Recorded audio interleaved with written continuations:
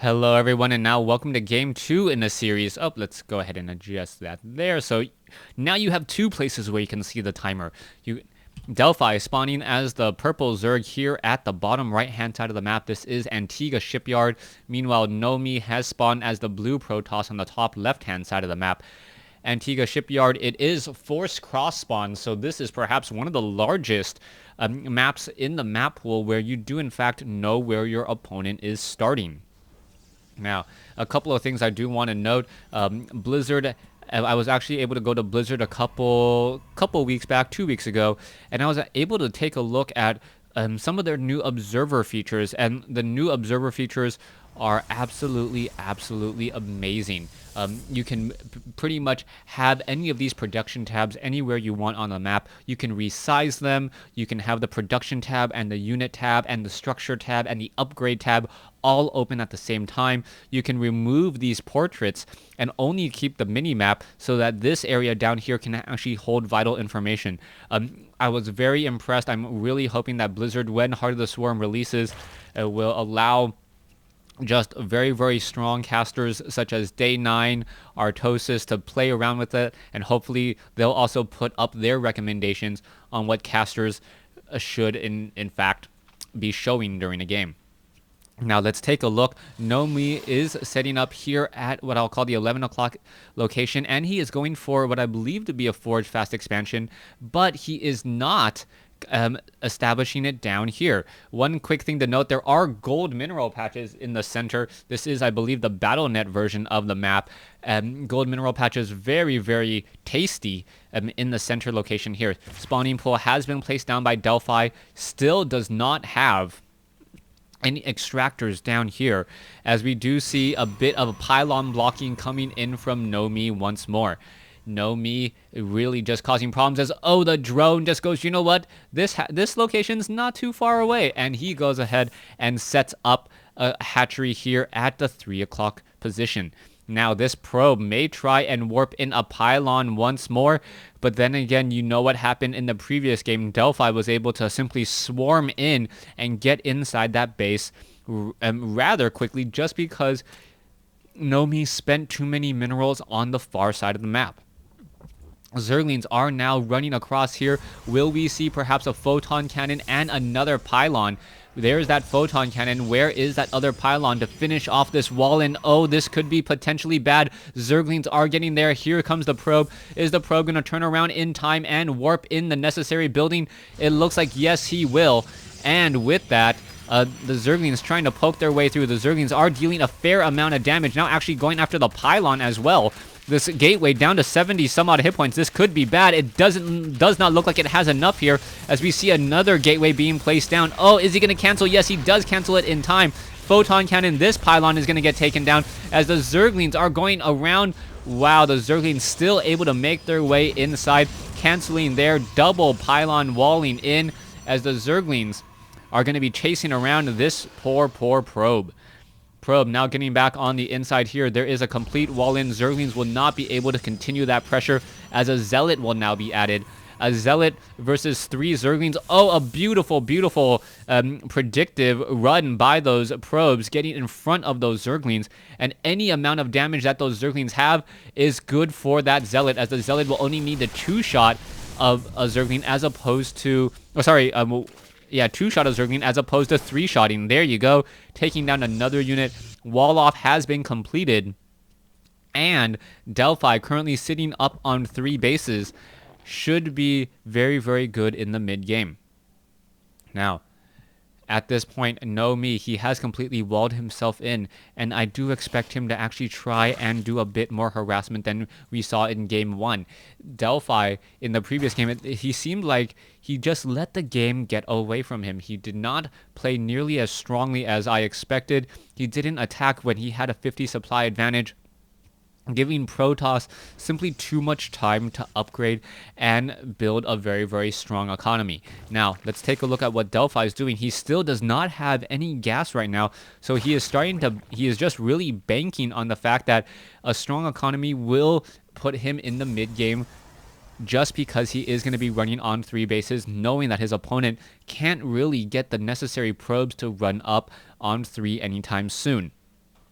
Harvester count is showing 40 drones versus 36 probes. You can take a look, 8 drones off over here, 11 drones already down at the true natural expansion, 17 over 24. Maybe one more drone will be added here, but perhaps just trying to saturate this base instead as well. Once we get into that magic 75 drone worker count or worker balance, I think we'll start to actually finally see some engagement and start to finally see some tech coming in from here. Oh, Delphi now actually going for a quick hatchery as he is running on currently 2 extractors. He is getting up a 3rd, and if he goes for a 4th, I wouldn't be surprised if he actually goes for Mutalisk. Fast Mutalisk on a map like this, where you know your opponent has walled themselves in. If you can go fast Mutalisk, that is generally very, very strong. You can come in, get a lot of harassment. If your opponent is perhaps going into a robotics facility tech instead of a Stargate tech, you can deal a lot of damage quickly. You can see extra gas has been taken down, and it does look like Delphi is going to be going on 6 gas by the 9-minute mark, and that is absolutely huge. 6 gas by the 9-minute mark. Add in a Spire. The Spire does take about 100 seconds to complete, and in 100 seconds off of 6 geysers, I believe that comes out to be about 1,000 gas.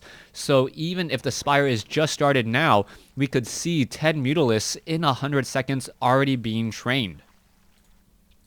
Zerglings are down over here. Drone now looking to establish up a 4th base. 4 bases for the Zerg, and that is going to be very problematic. What is this? We also see an infestation pit coming in from Delphi, and Delphi is actually splitting up his how he's spending his gas. If he does go for an infestation pit, I got to imagine that pathogen glands will be coming in right behind it rather quickly.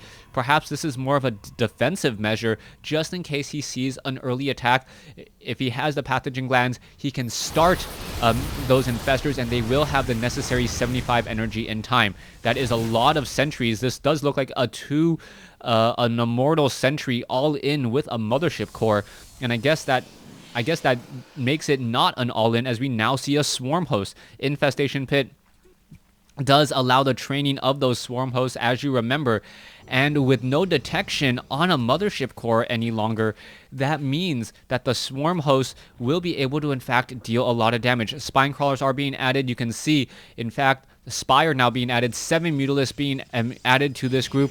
What are these Immortals going to be doing? They are going to try and put pressure here at the 3rd base, perhaps take down these destructible rocks. A pylon needs to be added. It will be added, as the Overlord now may get taken down. Here we go. Zealots, sentries, all positioning themselves. Zerglings perhaps trying to do a quick run by. It doesn't look like it will be successful at all, as the Zealot, Sentry, Immortal all in with Mothership Core now underway. Are we going to perhaps be warping in any more units? There is a Queen up on the high ground. Swarm hosts, are they in position? Yes, they are. And now begins the engagement. Mutalisk may try to engage as well, and the Warp Prism may get taken down, but the armies are just simply too small. Immortals able to just tear through this, and this timing on this 2 base all in coming in from KnowMe is actually just absolutely devastating. Swarm hosts are the only thing that can really stop this attack now. No detection. Immortals trying to fight this back. Is the swarm host going to be enough, as the swarm hosts are still training up more and more of those locusts, but the timer on them is just not that long. Delphi pulling the drones, hoping that it will be enough. Will it be enough, as the Queen very much lucking out, still able to deal some damage. 4 bases to 3, but it doesn't, or to 2 right now, but it doesn't matter, as KnowMe has the stronger army composition and may be able to simply move into the 3rd base and also the natural expansion. Mothership Core also in position as well. If this fight ever gets too hairy, he knows that he can just simply recall out of this. One very low hit point Immortal now regenerating shields in the back, and this 2 base all in absolutely looking devastating, as the Locusts are still engaging here. Stalkers, Immortals, both sides are fighting these Swarm host just dealing so much damage. Are we perhaps going to attack into the rest of the group here? No observer in this group. I am a bit surprised by that, knowing that there is a warp prism. Why not get a couple of observers? Stalkers now engaging. Locust now trying to finish off what they tried to defend earlier, but I believe it's just simply going to be too much. The Guardian Shield really weakening the effect of those Locusts. A little bit of a time warp here, slowing down the mining time on these drones. That's going to be a little bit effective once more, as the Immortals are just still moving into the space. The Hydralisks are not able to do very much at all. What are they doing now? Attempting to take down their own spire. Apparently, the Zerg going feral, taking down their own buildings instead of being singular focused here. What the Locusts still trying to attack, still trying to make their way over. We can see that there are still more Stalkers being reinforced, but the A move from KnowMe, this 2-base all in, going up against Delphi. Delphi perhaps should have expected it, didn't expect it, and all these Immortals simply have so many kills, 32 kills, 35 kills. It looks like the drones may actually get a kill on here, and yes, one Immortal does get taken down, a second Immortal gets taken down by drones, but I believe the damage has been dealt, as the Stalkers are now going to reinforce and take down this hatchery here at what I will call the 2 o'clock location. Now, I am surprised that KnowMe did not follow this play up with perhaps a Nexus here. A Nexus here would have been the perfect follow-up play, just because if that attack didn't hold, at this point, KnowMe should have already placed down that Nexus. I am a bit surprised. He thinks he has this game in the bag, and I know he has this game in the bag. But you never know against a resourceful Zerg player what they have in store for you. Stalkers and Zealots now making their way out once again. Swarm hosts just simply attacking. You can see that there is an Overseer here. Locust just going after all of those Stalkers. The Stalkers are trying to back off. You can see how effective these Locusts are in dealing damage.